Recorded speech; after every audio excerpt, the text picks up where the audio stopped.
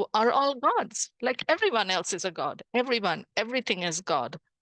And you are also God. And so it is really, truly owning that God within you, becoming completely okay with that God within you. In fact, I'm going to go and do something over here, bring out my whiteboard and have a little lecture session. So, because this came to me, and so this is you, okay? You're a blank board. You all can see it, right? I'm assuming you can all see it. And if anyone can't see it, put it in Yes, the I can chat. see it. Okay, good. Thank you. So you are this, okay? This is God, okay? That is the core. That is your essence, okay?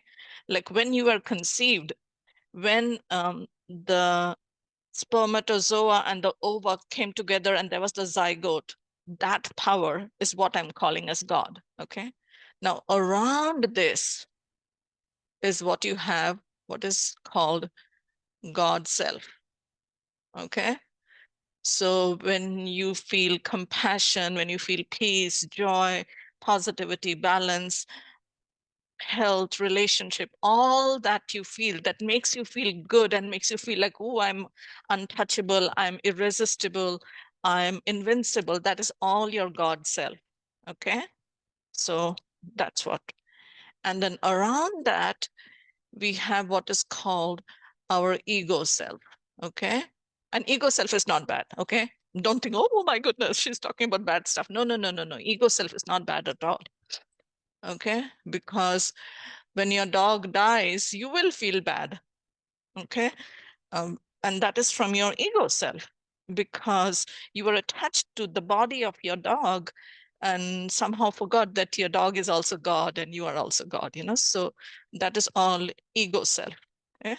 Where we have doubts. Suddenly someone will say, oh, this is the election and you may lose your citizenship, something like that. And then, oh, I don't know what's going on, you know? That's all ego self. Nothing wrong, okay? Not bad, but that is our human identity. And around our ego self, what we have is our ego, okay? So these are all abstract. Even our ego is abstract, but our ego is that, okay? That protects us, that makes me wear clothes. Like inside my house, I wear pajamas, but to walk from my house on a small street and come into this place so I can have this, I said, oh, let me wear something nice because I'm coming on Zoom and I'm like, you know, whatever, you know, I put on my malas, you know, that's all part of my ego. I'm doing it for you. Like I have this headset on and this lady said, you know, I'm so not feeling good and I'm going to sleep, but can you record it and send it to me? And I'm said, sure, you know. So that's all ego. And around this self, okay, around this ego, like your car, you know, if you have a, I'm going to get a Tesla, oh, I will not get a Tesla. That's all ego, okay? Nothing wrong, nothing bad. And around that, what we have is the world. So your ego protects you. Your ego protects the ego self. Your ego self protects the God self, and your God self surrounds the God in you. So you have to know from today onwards, when you walk around, when you look at anything, and if you say, I don't like it, that thing you don't like outside of you is a reflection of what's within you that you don't like, that you're not in agreement with, that you're not gelling with yet. So that means an aspect of God you don't like. So you have to look at yourself and ask yourself, what is this trigger?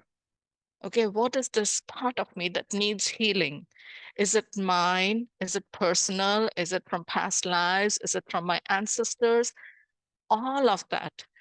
And we talk a lot about, at least I talk a lot about ancestral trauma, you know, oh, this is all ancestral. But think about it, you know, your ancestors had wealth, your ancestors had amazing chutzpah, your ancestors had this